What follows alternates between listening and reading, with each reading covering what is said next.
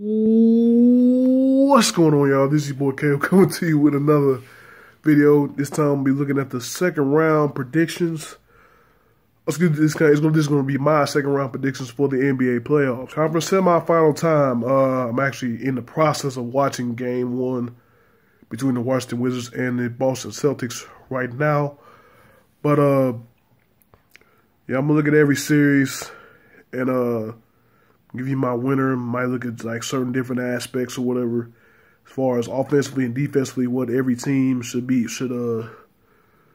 as in my opinion, what every team should be looking for or should do or whatever. I'm gonna start with the Western Conference. Sorry, I got interrupted right there. No, like I said, I'm gonna start looking in the Western Conference. The number one seed Golden State Warriors, who swept the Portland Trail Blazers in 4 games, will be taking on the winner of the Jazz Clippers Game 7, Jazz Clippers series. They said Game 7 coming after I believe on Tuesday night. Like I said, they'll play at 2:30 today. It's gonna be 3:30 today.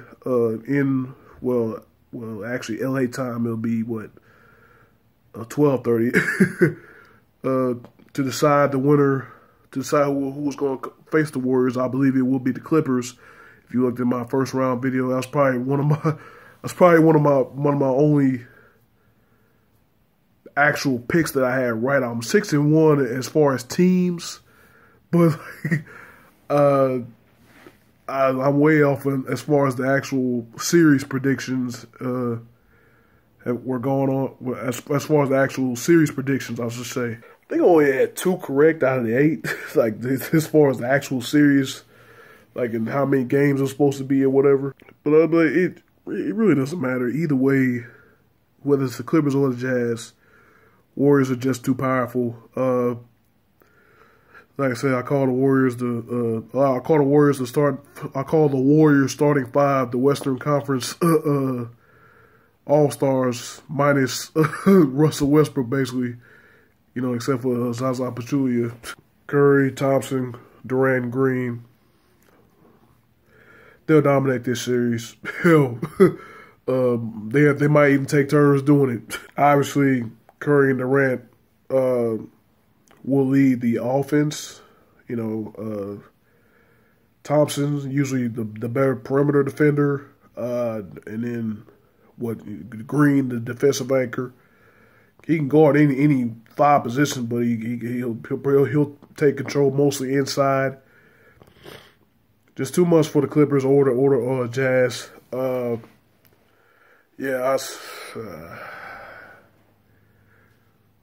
To be honest, man, I think they'll get it done in a gentleman's sweep, 5 games. Like I said that last time, but you know how that went. But damn it, I'll say it again. Yeah, Warriors in 5 over whichever one. I don't care. Next Western Conference matchup is a 2-3 matchup between the San Antonio Spurs and the Houston Rockets. Quite frankly, this is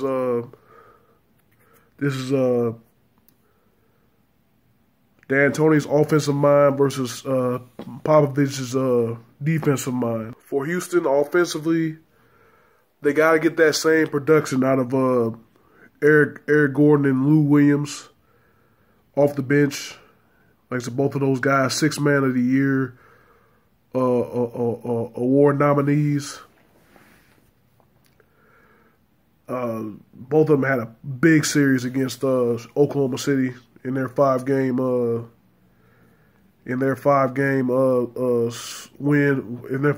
series win over Oklahoma City. I think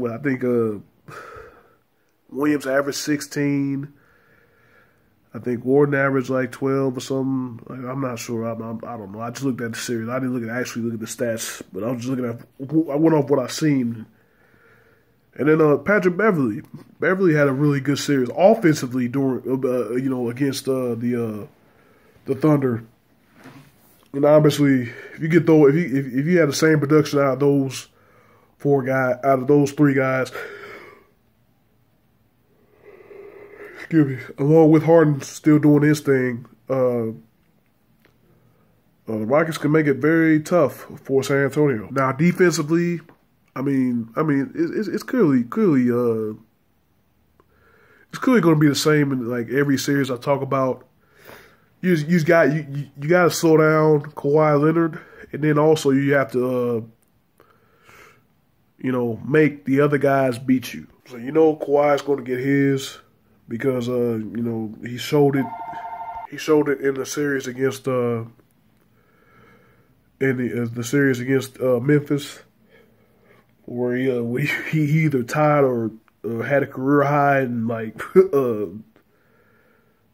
of the 6 games. I think Houston's job will be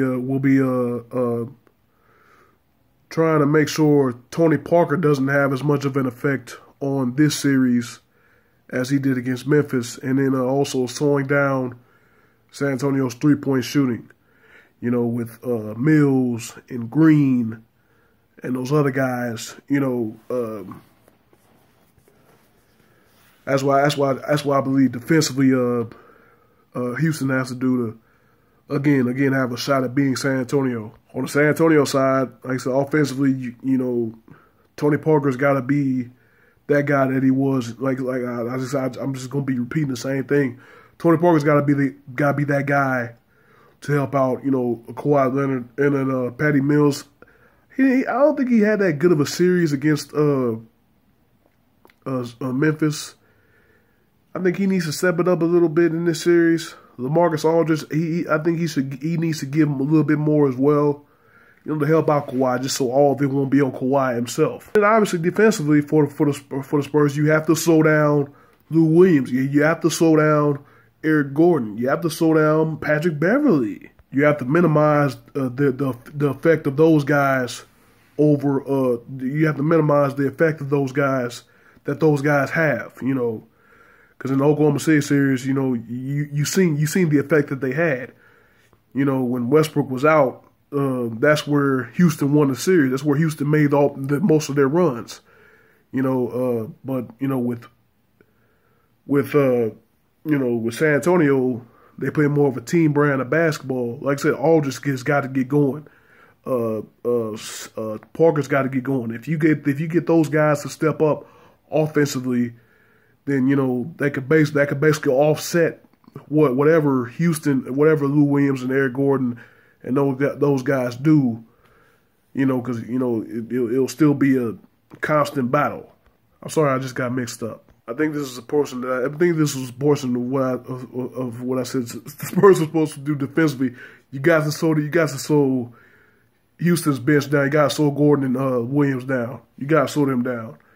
And I think if they can keep Gordon and Williams' effect to a minimum, and Nene as well, then they'll eventually win this series. I think this series goes 7 games.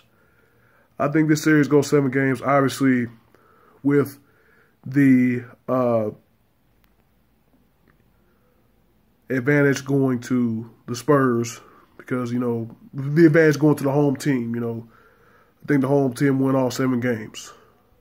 Spurs in 7 over Houston. Looking to the East, like I said, I'm looking at game 1 going on right now. The 1 against 4 matchup. The Boston Celtics against the Washington Wizards. Both of these teams getting a pair of 6-game victories. One of the two on one of the most unlikely of circumstances. Yes, I'm talking about the number 1 seed Boston Celtics in their 6-game series win over the Bulls. They become only the second 1 seed ever and the 7th team overall to ever win a series after dropping the first 2 games at home. Now, again, we all know the story. Before last Saturday's series started against the Bulls, Isaiah Thomas lost his sister to a car accident, and that weighed heavily on the mind of Isaiah Thomas, not only Isaiah Thomas, but the rest of his teammates, and they kind of came out flat in those first two games. Isaiah Thomas did his thing, but yeah, they're rejuvenated. They were rejuvenated after Thomas was able to go spend time with his family after game two. Went up to his hometown, Tacoma, Washington, spend time with his family. You know, I think got all of his grieving out of the way, and then he was able to come back refreshed. And say his teammates even said he came back refreshed, and then that helped the team that helped the Celtics as well, as they were able to win 4 straight to win the series. Like I said, winning 3 games on the Bulls' home floor, that's impressive. Now, you know, it's always said in the playoffs, the major thing you need to do is win on the road, and they won all 3 of Chicago's home games in that series, and that was big. But yeah, now with a refreshed Isaiah Thomas, you know, going up against John Wall, that's the matchup of this. This might be the matchup of the second round. It's just like Harden and Westbrook was the matchup of the first round. This is going to be the matchup of the second round. I mean, John Wall just dominated that first round series against Atlanta, Wizards winning 4 games to 2. Wall with, you know, like I said, kind of like Leonard setting career highs in multiple games in that series. Wall was just killing it, man. And in the games where Wall struggled, Bradley Beal stepped up for him. I mean, they were one of the best backcourts in the NBA. I believe they're the best backcourt in the East. Obviously, you got like I say one of the best in the NBA. You got Curry and Thompson. Then you got Lillard and McCollum. Yeah, I mean, Beal and Wall are definitely up there. I mean, like I was gonna say, the best backcourt in the East. I mean, Boston's gonna have a serious problem guarding those two and slowing one of them down. I was gonna say, you slow one of them down, you gotta stop the other one too. So, man, this series is gonna be crazy. Now for Chicago offense, oh my God, I said Chicago. For Washington offensively, like I said, you know, you gotta lean on the backcourt, and you gotta get more of Marcin Gortat. I think Gortat's going to be the X factor of this series. He really didn't score a lot in the series against Atlanta. I don't know if that was because of the defense of Howard, or we didn't take many shots. Well, he didn't take as many shots. Well, he really didn't get the ball a lot. He did play well, and I think it was Game 5, the Game 5 victory. I think he played well in that one. He got more shots up. He even got to the free throw line in the series for the first time in the series. But yeah, I think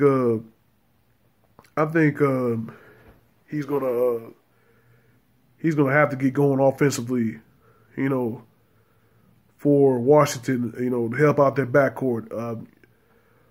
Also Porter, you know, the supporting cast, you know, Porter, Morris, even Oubre, and Jennings off the bench. You seen the effect Brandon Jennings had on Washington in Game 5. He had 13 off the bench. He was a big part of the Wizards' victory. So bringing all his defense, and you know Oubre as well with his defense. Yeah, I mean the supporting cast for Washington is going to have to be good offensively. And you know, and you just hope that Bill and Wall don't have a bad game. But if they do, which eventually is going to happen, they got to have that supporting cast step up. Defensively, they just have to slow down Isaiah Thomas. Thomas off to a good start in Game 1 here, but they have to slow down. They have to slow down Thomas, and I mean that's basically the game plan in a nutshell. I mean, no one else on Boston has proven to be has proven to be as big of a playmaker, to be as good of a playmaker as Isaiah Thomas. So basically, the whole defensive game plan is just to stop IT4. For Boston offensively, you gotta get somebody else going. Crowder, Horford. I don't know why I can't say his last name. Horford. Bradley. Those guys, one of those guys, two of those guys got to get going. Obviously, Horford will probably be the main guy. Get him going inside, mid range, shooting the three. He can do it all. You know, he just got to hit shots to help out Isaiah Thomas. You know, because like I said, watch this whole game plan is to stop Isaiah Thomas. You know, make somebody else beat you. And if Horford can do his thing, then the Celtics can be okay, and then, you know, get some help from Crowder hitting threes, and then get some help from Bradley. You know, I think Bradley did a great job at hitting shots in the game in the first round series against the Bulls. So if Isaiah gets that production from the rest of his from his other guys, then I think Boston will be okay as well. Defensively for Boston, they just got to stop the backcourt. They got hope to contain Wall and Beal.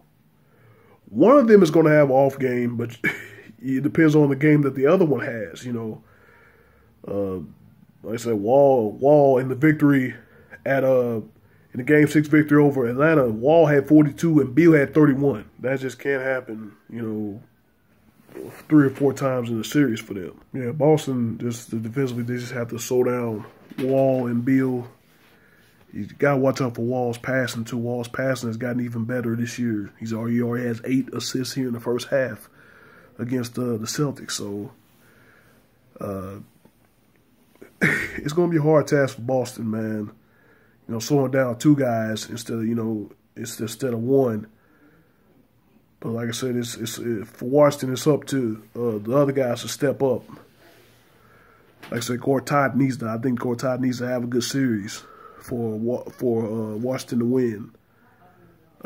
I believe that, you know, the Celtics need to get going. Need to get two other guys going as well. This was that Celtics Bulls series was the only series that I got wrong. The Bulls, I chose the Bulls to win. That's to win the first round series over Boston in 6 games. Why? Because Boston didn't have the other scorer, and then the Bulls had other playmakers. The difference in that series was the Bulls' best playmaker, Rondo, got injured with a fractured thumb, and that slowed down Chicago's offense. And then, like I said, Isaiah Thomas able to put the grieving behind him and come back in games 3 through 6. Huge performances, and then he got the support from the supporting cast. Al Horford had big games. Avery Bradley had big games. Gerald Green came off the bench and did wonders for the Celtics. You know, that's how they won that first round series. Picking a winner for this series is hard because, you know, in that first round series against Atlanta, you've seen why Washington is a pick in a lot of people's minds to not only see Cleveland in the Eastern Conference Finals, but they have a chance to beat Cleveland in the Eastern Conference Finals. It's tough, but again, from what I see, from what I see on paper, as far as both teams, you know, and from what I've seen out of these playoffs,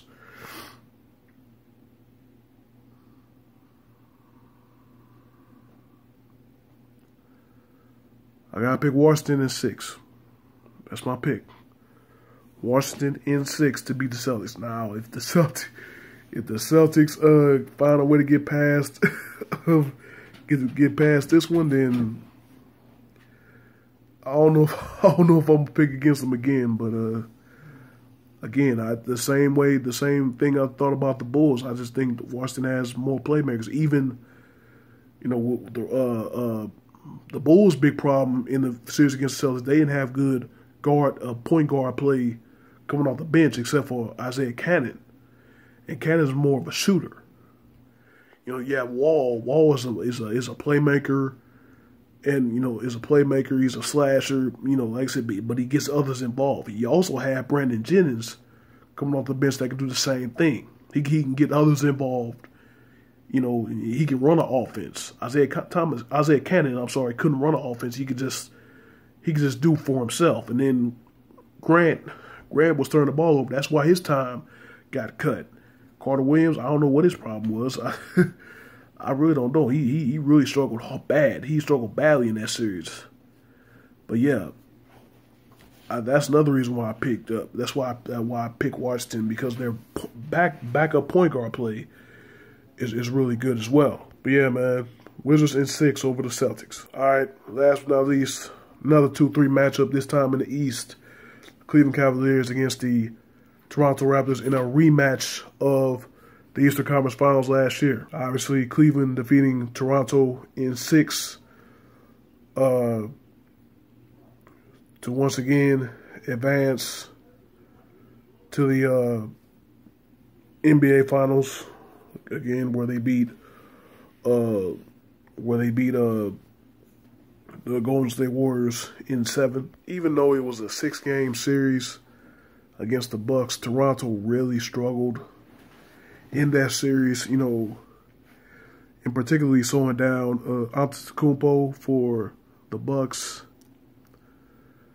And then he had help from his bench and stuff.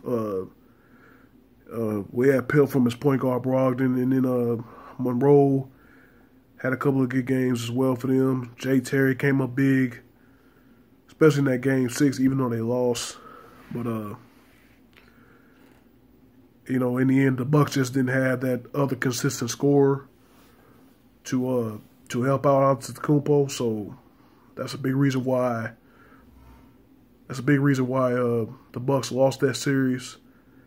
Toronto really struggled, like I said, blowing that 25-point lead in Game 6 when they could have easily walked to the conference semis. And then, of course, losing Game 1 on the road, at home, like they seem to have always done of late. And you look at the championship pedigree of LeBron James. You look at Kyrie Irving. You look at Kevin Love. It's really looking bad for Toronto right now. Offensively for Cleveland, you just the big three just need to get going. LeBron, Kyrie, and Love. I mean, you can have help from you can have help from JR. You can have help from Darren Williams and guys off the bench. But if the big three can impose their will on the game, it's going to for one, it's going to get those other guys shots because Toronto's already scared coming in, about Cleveland, and slowing down those three guys. But yeah, man, yeah, Cleveland, yeah. If their big three is able to do what they can do, yeah, it's a wrap. Yeah, the only thing about it is if they just need that one other guy to step up for them, then just in case one of the big three has a bad night. But then even then, I think if one big guy in the big three is struggling, the other two guys from the other two guys will probably do enough to carry Cleveland to the Eastern Conference Finals. Defensively, they've got to slow down DeRozan. They have to slow down DeRozan. Lowry was not consistent in the Bucks series. Serge Ibaka was not consistent in the Spurs series. Give me Bucks series. I said Spurs. See what Norman. Yeah, they're basically that. That's the biggest thing for Cleveland offensively. It's gonna be defensively is to slow down DeMar DeRozan. For Toronto, Kyle Lowry's got to step up. He's got to step up in this series. He can't have a series like he did in against the Bucks. I mean, he had 6 games now. If he's not over that injury by then, I don't know. I don't know what to tell y'all people that love the Six, that love the Raptors. You know, Drake, Lily Singh, all them. I don't know what to tell y'all, man. I mean, Lowry's got to step up. Serge Ibaka's got to be big offensively and defensively for them to win. For them to even have a chance at winning. Oh, my God. Another vision of Isaiah Thomas loose tooth. Defensively, you got to stop all the big three. You can't just key in on the one. You can't just key in on LeBron James because Kyrie Irving, I mean, he may not be as great of a playmaker, but he can get others involved. But you just got to be able to stop Kyrie himself, you know. I mean, Kyrie gets going, then that's a problem. You get Love down the post. That's a problem. You know, dribble penetration, basically from LeBron or Kyrie. If they can stop dribble penetration, especially make LeBron a jump shooter,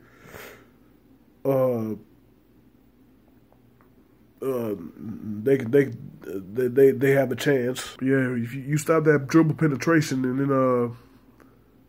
you get those. You can't have LeBron get out there. You can't have LeBron draw you into the paint. I mean, guard the 3-point line. You know, just in case when LeBron drives inside. You know, the Toronto defenders, they just need to trust Ibaka or Valanciunas inside. They need to trust them, even though. Even though it's probably going to be hard to do against LeBron James, you know. I mean, they just can't double-team LeBron inside and then get those shooters going from deep. I mean, Cleveland's got like 5 or 6 shooters that will hurt you. Love, Kyrie, JR,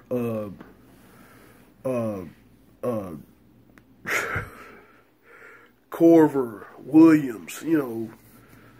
Jefferson can even hit a few threes. I mean, Shumpert. I don't know if I say his name already. Shumpert, you know, those are like 4 or 5 guys that can kill you. I mean, as I look at this series, I think it's going to be very hard for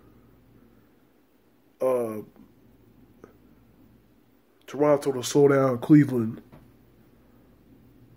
You know, especially offensively.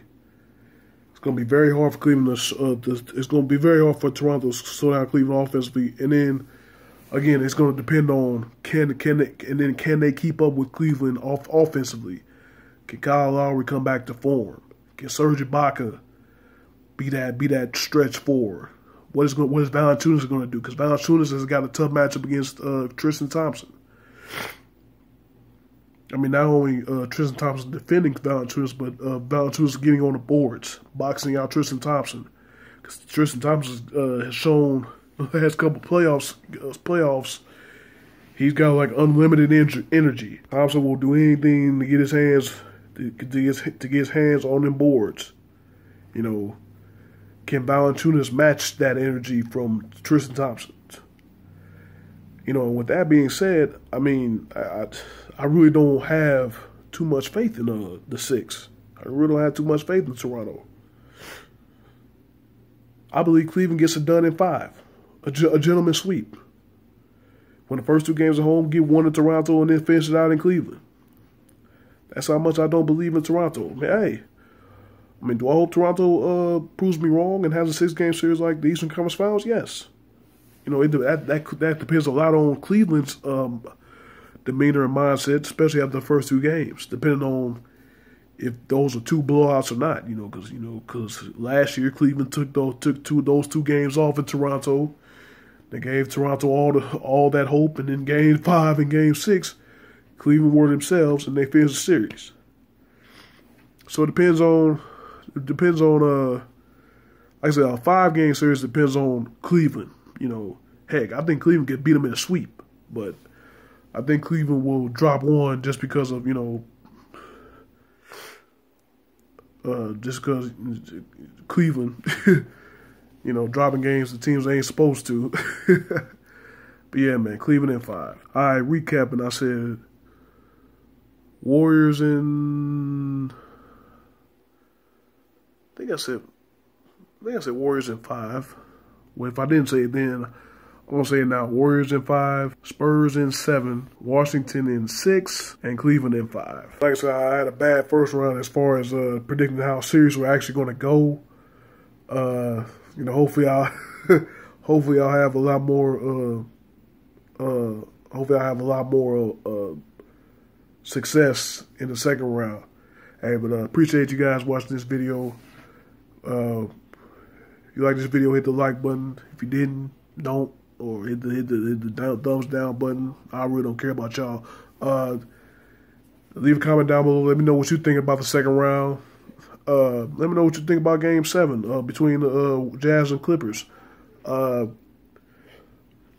Subscribe and share.